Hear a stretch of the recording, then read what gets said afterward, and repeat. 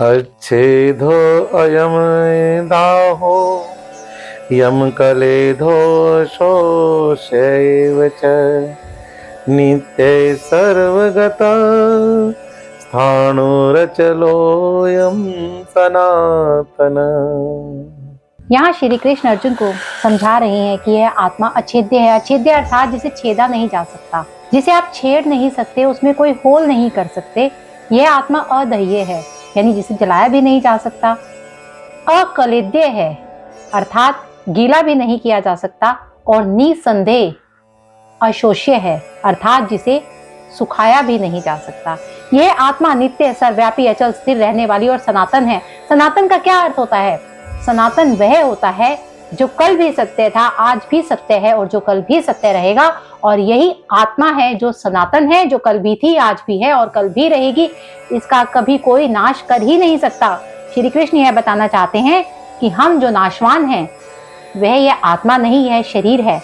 इस पर ज्यादा ध्यान देना चाहिए कि आत्मा को समझा जाए जिसका नाश नहीं हो सकता, क्योंकि मुक्ति तभी मिल सकती है जब हम आत्मा को समझते हैं और हम अपना पूरा जीवन इस शरीर को समझने में लगा देते हैं। हम इस शरीर को सुधारने में लगा देते हैं, लेकिन हम आत्मा की तरफ ना ध्यान देते हैं, ना ही हम आत्मा की कभी सुन पाते हैं। अव्यक्तो अयम चिन्तयो अयमविकार्यो अयमुच्यते तस्मादेवं विदित्य नानुशोचितुमर्हसि। क्या किसी ने कभी हवा को देखा है? हवा को कोई देख नहीं सकता, हवा को महसूस किया जा सकता है। आत्मा का स्वरूप अव्यक्त है अर्थात इसे व्यक्त नहीं कर सकते और ना ही आप समझा सकते हो। इसको अचिंत्य कहते हैं, जिसे हम सोच भी नहीं सकते। यह आत्मा विकार रहित है, इसमें कोई कमी नहीं होती, कोई विकार नहीं होता। विकार इस शरीर के होते हैं और वो विकार कौन से हैं जिसमें हम ग्रसित रहते हैं? काम, क्रोध, मोह, लालच और अंधकार। आत्मा को इनमें से कोई विकार नहीं होता। श्री कृष्ण कहते हैं कि ये अर्जुन, इस आत्मा को उपयुक्त प्रकार से जानकर तुम शोक करने योग्य नहीं रहोगे, अर्थात तुम्हारा जो शोक है वो करने योग्य है ही नहीं। आत्मा अव्यक्त है इसलिए क्योंकि हम इसे अपनी इंद्रियों से नहीं समझ सकते, और ये इंद्रियां दुनिया के लिए है जिनसे हम सुख, दुख, गर्मी, सर्दी, खाना पीना, महसूस करना आदि जैसी भौतिक क्रिया करते हैं, लेकिन आत्मा इन सब से बहुत परे है। अथ चैनं नित्ये जातं नित्यं वा मन्यसे मृतं तथापि त्वं महाबाहो नैवं शोचितुमर्हसि। आत्मा का ये जो ज्ञान श्री कृष्ण अर्जुन को दे रहे हैं, वो क्यों दे रहे हैं? क्योंकि अर्जुन शोक में डूबा हुआ है, शोक से व्याकुल है। वो शस्त्र नहीं उठाना चाहता और वो जिस चीज के लिए शोक कर रहा है वास्तव में वो सब व्यर्थ है। श्री कृष्ण अर्जुन को समझाते हुए कहते हैं कि हे अर्जुन, यदि तुम आत्मा को सदा जन्म लेने वाली समझते हो, तुम यदि समझते हो कि आत्मा मर जाएगी, तो तुम गलत समझते हो। तुम्हारा शोक करना व्यर्थ है। अगर अर्जुन आत्मा को जन्म लेने वाली या मरने वाली समझते तो वो शोक ही ना करते। अगर अर्जुन आत्मा को शरीर की तरह ही जन्म लेने वाला और मरने वाला समझते हैं तो युद्ध में मरने वालों के लिए शोक करने का कोई मतलब ही नहीं है। अर्जुन का जो शोक है वो पूर्णतः व्यर्थ है। जातस्य हि ध्रुवो मृत्युर्ध्रुवं जन्ममृत्यस्य च तस्माद् परिहार्यते नेत्वं शोचितुमर्हसि। अगर रात को भी सूरज ही रहेगा और रात नहीं होगी तो आपको सोने का समय नहीं मिलेगा, और रात के बाद फिर से सुबह नहीं होगी और रात ही रहेगी तो चारों तरफ अंधकार ही रहेगा, जीवन में ऊर्जा नहीं होगी। तो यहाँ पर श्री कृष्ण अर्जुन को क्या कह रहे हैं? कहते हैं कि अगर तुम ये मानते हो कि जन्मे हुए शरीर की मृत्यु निश्चित है और मरे हुए का जन्म निश्चित है, तो इससे भी बिना उपाय वाले विषय में तुम्हें शोक करने का कोई हक ही नहीं है। जन्म और मृत्यु तो जुड़े हैं, एक के बाद दूसरे का होना तय है।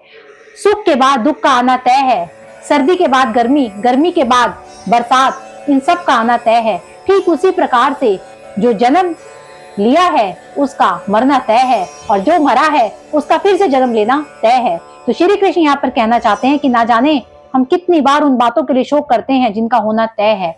जो चीज होनी है वो होनी है, तो आप क्यों व्यर्थ में शोक करते हो।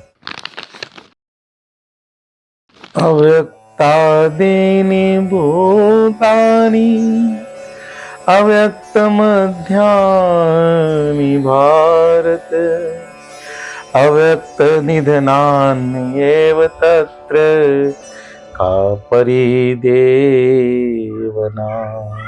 श्री कृष्ण कह रहे हैं कि हे अर्जुन, संपूर्ण प्राणी जन से पहले अप्रकट थे, यानी जो दिखाई नहीं दे रहे थे, और मरने के बाद भी अप्रकट हो जाएंगे। जब तक आत्मा एक शरीर में है तभी तक वो दिखाई दे रहे हैं। जब तक आत्मा ने एक शरीर को धारण किया हुआ है तभी तक सारे भाव हैं, तभी तक सारे विकार हैं। हमारा होना, किसी का भी होना उसके जन्म और मृत्यु के बीच में होता है, तो फिर शोक किस लिए करना। अचानक से एक जन्म होता है, और जब कोई नहीं था तो वह खिलखिलाता हुआ खुशियां लेकर आता है, लेकिन उसके साथ किसी के जाने की तैयारी शुरू हो जाती है। ऐसा तो हो नहीं सकता कि हम अच्छे के लिए खुशियां मनाते रहे और बुरे के लिए शोक मनाते रहें। जीवन के सत्य को हमें मानना ही पड़ेगा, और हमें हर स्थिति में खुद को एक सा ही रखना चाहिए। आश्चर्यवत् पश्यति कश्चिदेनमाश्चर्यवद् वदति तथैव चान्ये आश्चर्यवच् चेन्मन्ये शृणोति श्रुत्वापयेनं वेद न चैव कश्चित्। कोई एक महापुरुष ही आत्मा को आश्चर्य की भांति देखता है, और वैसे ही दूसरा कोई महापुरुष इसके तत्व को आश्चर्य की भांति वर्णित करता है, तथा दूसरा कोई आधिकारिक पुरुष इसे आश्चर्य की भांति सुनता है, और कोई तो सुनकर भी इसे नहीं जानता। इसका मतलब है कि आत्मा को समझना बेहद मुश्किल है। जो लोग अभ्यास करते हैं, निरंतर मेडिटेशन करते हैं, वो यही जानने का प्रयास करते हैं कि वास्तव में हम कौन हैं। ये जो आत्मा है इस शरीर में, ये और ना जाने कितने जन्मों से घूम रही है, और ना जाने इसने और कितने जन्मों में घूमना है। इसी के अभ्यास के लिए सन्यासी अपने घर को छोड़ देते हैं, जंगलों में जाकर सन्यास ले लेते हैं, लेकिन फिर भी इस सत्य को जान नहीं पाते।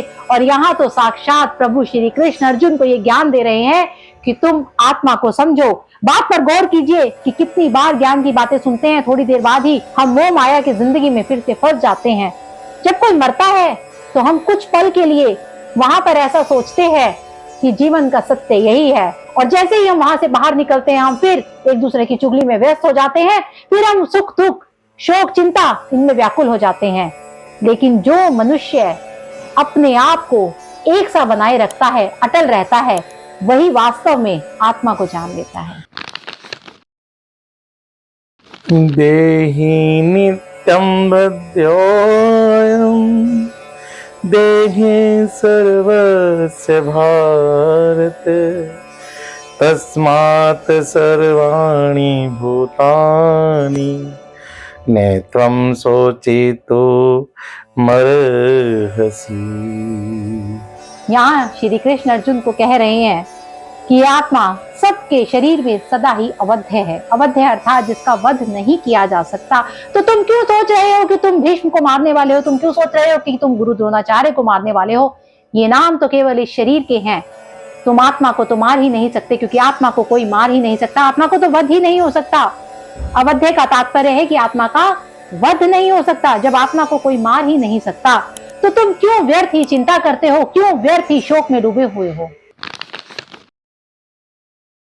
सब धर्म पीचवेक्ष्य न विकम्पितुमर्हसि धर्म्याद्वे युद्धाचेयो अन्यते क्षत्रियस्य न विदते। अब यहाँ श्री कृष्ण अर्जुन को याद दिला रहे हैं कि उसका धर्म क्या है। अर्जुन जो धर्म से क्षत्रिय है, और एक क्षत्रिय का धर्म होता है युद्ध करना। अर्जुन बात करता है धर्म की, तो क्या वो अपना धर्म निभा रहा है? वो तो अपना क्षत्रिय धर्म भी नहीं निभा रहा। वो तो शोक में डूबा हुआ चिंतित है कि मैं अपनों पर शस्त्र कैसे उठाऊं। तो श्री कृष्ण अर्जुन को याद दिलाते हैं कि अपने धर्म को देखकर भी तुम भय करने योग्य नहीं हो, अर्थात तुम्हें भय नहीं करना चाहिए।